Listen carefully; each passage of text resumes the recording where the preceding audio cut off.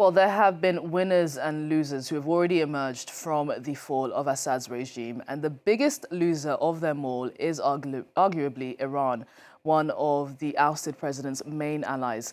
The victory by the rebels in Syria has dealt a serious blow to a central pillar of Tehran's foreign policy, and that's its axis of resistance, which Iran has built over decades. It's a network of groups across the Middle East, among them Hezbollah and Hamas. Syria had served as an important geographical link for Iran to move weapons and other supplies to its proxy, Hezbollah, in Lebanon. And with Assad now out of the picture, Iran's influence in Syria could be seriously curtailed. Well, let's speak more on this and speak to Rouzbeh Parsi, who is head of the MENA Programme at the Swedish Institute of International Affairs. Thanks so much for joining us on the programme, Rouzbeh. So I think we can all agree that it's been a very bad year for Tehran's axis of resistance. Where has it all gone wrong for Iran?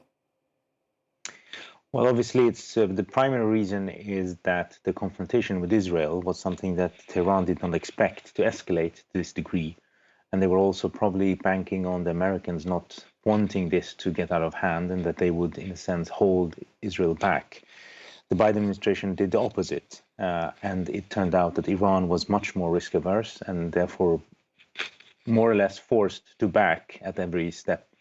And that meant that both Israel could take several steps forward and that opposition groups in Syria found that the Syrian army and Bashar al-Assad did not have the support from Russia and Iran as it used to. And then came the collapse.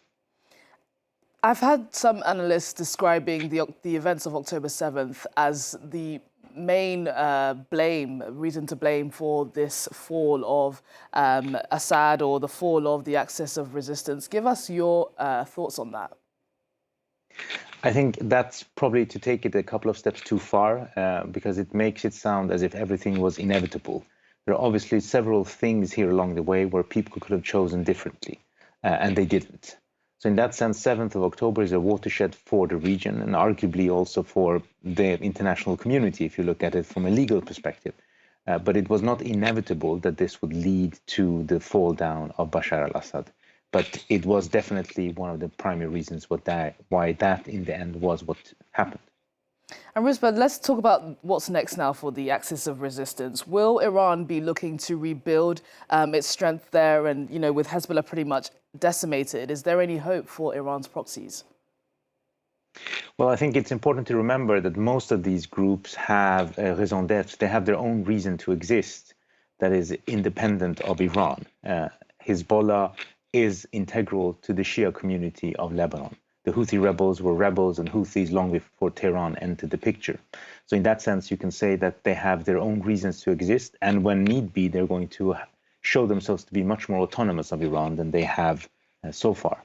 But obviously, the fact that Iran cannot, at the moment, support them in the way that it used to is going to put a lot of stress on their relationships.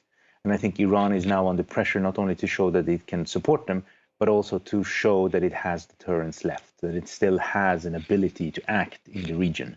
And I think this is one of the debates in Tehran right now. One, of course, is how did this come about without us understanding that it was happening? How did we lose Syria?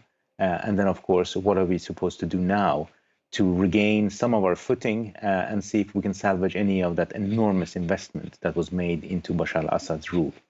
Yeah, well, let's talk about what's next for Iran in Syria. Of course, as you mentioned, they pumped so much money into Assad and his rule there. Do you see Iran now taking the same tactics that it did in Afghanistan and Iraq, where it tried to support destabilizing forces to counter US influence? What do you think is next for Iran in Syria? Well, the parallel doesn't really work here in the sense that at the moment there is no overpowering actor that is trying to control all of Syria. If that had been the case, then the playing field would be much clearer. What we have are a number of armed actors that are Syrian and have achieved this victory. And they're all more or less related or sponsored by outside actors. Turkey, there's Israel on one side. There are American troops in Syria. there are the Kurds, and so on and so forth.